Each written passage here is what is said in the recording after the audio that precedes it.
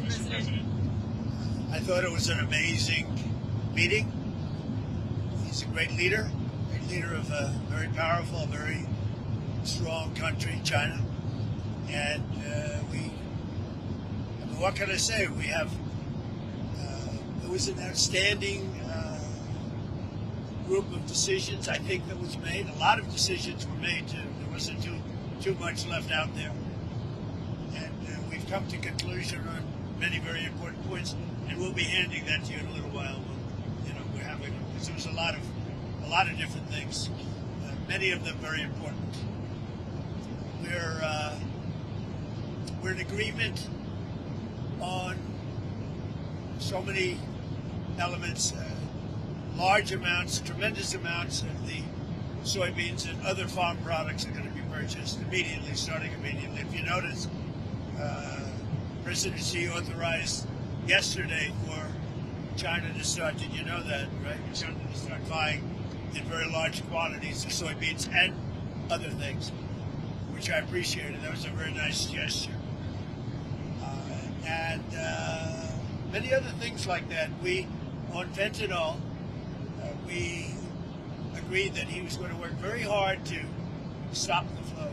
It's a very complex subject because it's used for lots of different reasons, including anesthetics and things. But he's going to work very hard on it, precursors, and I think you're going to see some real action taken. I've agreed, as you know, I put a 20% tariff on China because of the fentanyl coming in, which is it's a big tariff.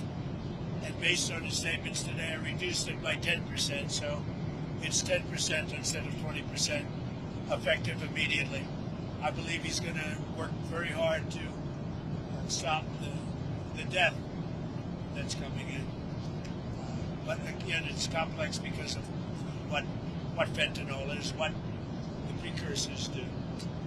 So I think you're going to see a big difference. We've had discussions on many of the elements that you're talking about all the time. You're asking me questions, and most of those things were I think agreed to for the most part. I think we agreed to almost everything in a very acceptable form.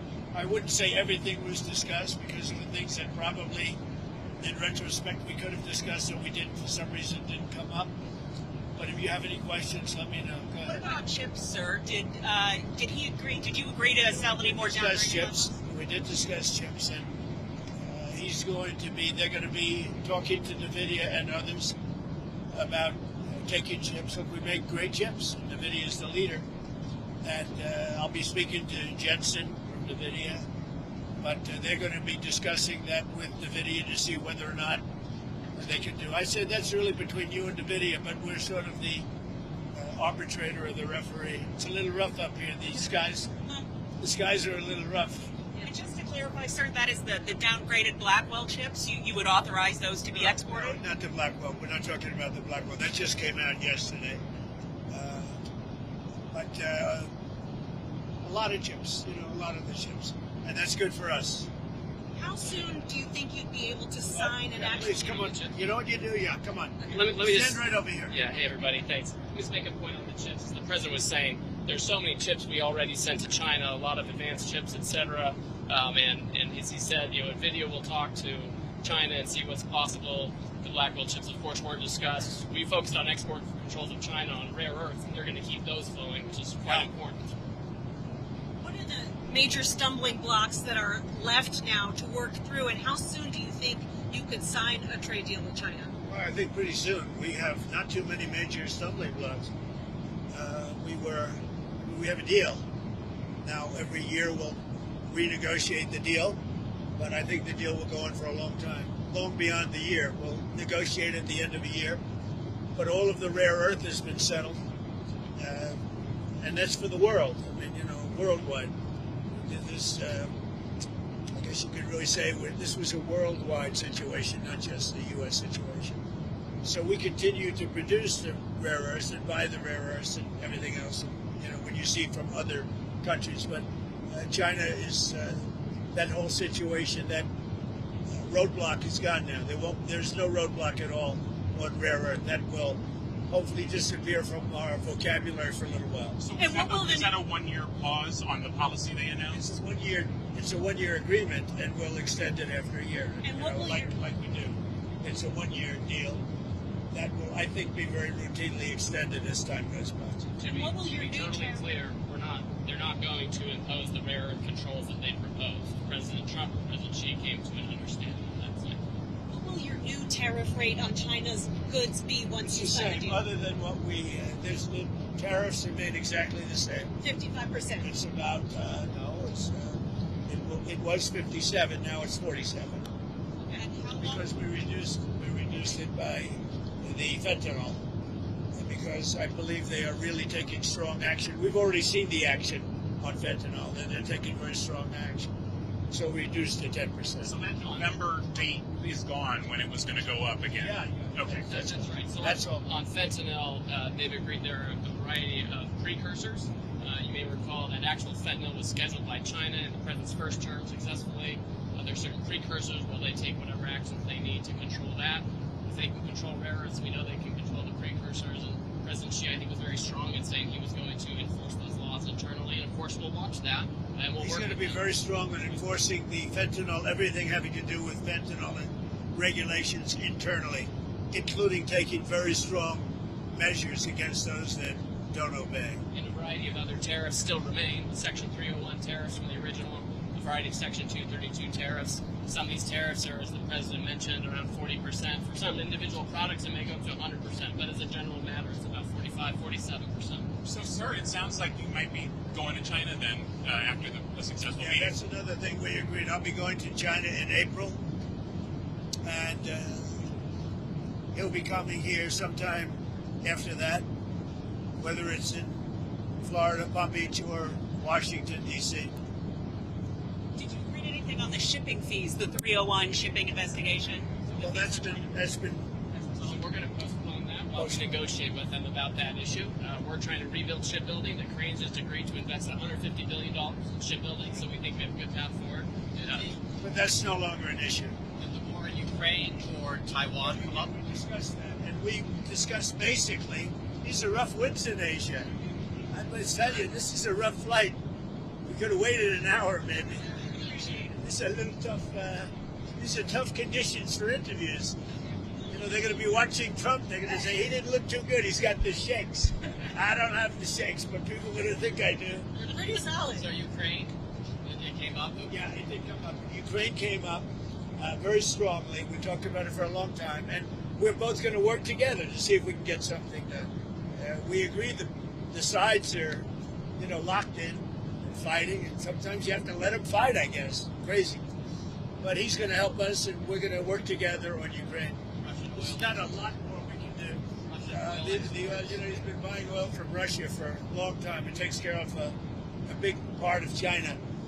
And, I can say India's been very good on that front.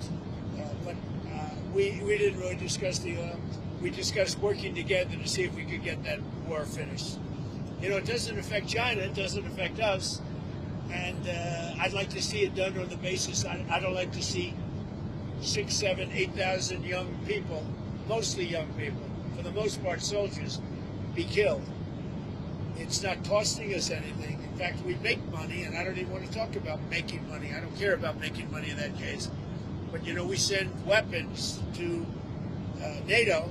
They buy full price. They buy the weapons. They give them to whoever, but I think they give them probably to Ukraine for the most part. And we discussed it. We discussed all that. We're going to work together to try and get the war with Russia and Ukraine solved. What about the Taiwan issue, sir? It never came up. Taiwan never came up. It was not discussed, actually. What else didn't come up that you thought might come up? You had mentioned you didn't get to everything. We had a long meeting, as you know, but a lot of things we discussed in great detail. A lot of things we brought to finalization. A lot of finalization. I thought it was a great meeting. I think it was a very friendly meeting. It was a good meeting for two very large, powerful countries. And that's the way we should get along with large, powerful Why did you write your Truth Social about nuclear testing? What about resuming nuclear testing? What prompted you to do that right before the meeting? It had to do with others. They seem to all be nuclear testing. Russia? We have more nuclear weapons than anybody. We don't do testing. We've halted it many years ago. But with others doing testing, I think it's appropriate that we do also. Any details around the testing, sir? Like where, when? It'll be announced. We have test sites. It'll be announced. Did Israel give you a heads up before they bombed Gaza? And is it still a ceasefire if they're stopping? Ceasefire. It is. No, they had a sniper, and one of their soldiers were killed, and they did retribution. So we'll see. But it is a ceasefire. It's back to ceasefire. But is that What is the thinking behind reducing troops in Romania, the drawdown of U.S. troops in Romania? You'd have to ask. I mean, I can tell you about it, but it's not very significant. It's not a big deal. On nuclear weapons, sir, which countries do you have in mind when you say you want to send a signal? What a rough ride this is. The interviews are tough enough without your life being threatened. You guys okay? Yes, sir. That camera guy's very steady. We're going to look real bad today on television, I'll tell you. I think that, it's pretty much, I think we've discussed mostly what we said, pretty comprehensive. We're going to issue a statement on some of the details. But overall, I guess on the scale of from 0 to 10, with 10 being the best, I would say the meeting was a 12. Okay, I think it was a 12. I think, very importantly, just the whole relationship is very, very important. And I think it was really good. Especially coming on the heels of the successful trip. We're in Malaysia. You signed a peace deal for Cambodia and Thailand. Critical mineral deals with all our allies. So many successful meetings. Right? And so many meetings great for our country with literally hundreds of billions, trillions of dollars have come into our country over the last 4 days, represented by this meeting. But trillions of dollars, where Toyota is going to build plants, $10 billion worth of plants. And, I could go over so many different companies coming in. They're pouring money into the United States. So beyond even this meeting, this was an unbelievable trip. And I hope you're glad you were a part of it. It was big. Every country, Japan, I mean, you look at South Korea, Japan, and so many other countries that we met there, they're investing tremendous amounts of money in the United States, like money that we've never seen before. Sir, are there investments from China in the U.S., additional investments, anything like that? They have investments, and they will invest, and China, I think they feel very strongly. They congratulated me on the tremendous success that we've had, because there's never been a country that has had so much money come into it for purposes of investment, for building, for auto plants, for AI, etc. So he was very strong on congratulating me for that. But he didn't commit to any additional investment or outflow. We didn't really discuss it, but he would. Did you ever get through to Kim Jong-un about setting up a meeting? Does he have a phone? We never were able to talk because I was so busy.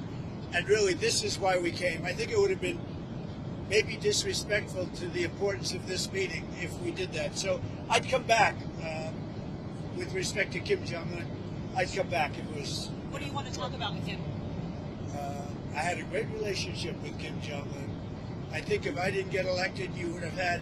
If Hillary Clinton came in at the time, he doesn't like too many people other than me. If you want to know the truth, I think you would have had a big war. Could have been a very bad war too. Sir, with the nuclear announcement, just one more on the nuclear announcement. Do you worry that we're entering a more risky environment when it comes to nuclear issues? No, I don't think so. I think we have it pretty well locked up. But we have more than anybody. But I see them testing. I say, well, if they're going to test, I guess we have to test. I'd like to see a denuclearization because we have so many, and Russia has some. Russia's second, and China's third, and China will catch up within 4 or 5 years. I think de-escalation would be, they would call it denuclearization, would be a tremendous thing. And it's something, we are actually talking to Russia about that, and China would be added to that if we do something. Thank you all. It was a great success. It was a great honor. I mean, he's a tremendous leader of a very powerful country, and I give great respect to him, and we appreciate the fact that he came for this meeting. Thank you very much. Thank you, sir. Anything on Canada? Anything on Canada? We had a very nice conversation with him last night. We really did. Thank you. If you like this video, then like, share and subscribe to ET Now World.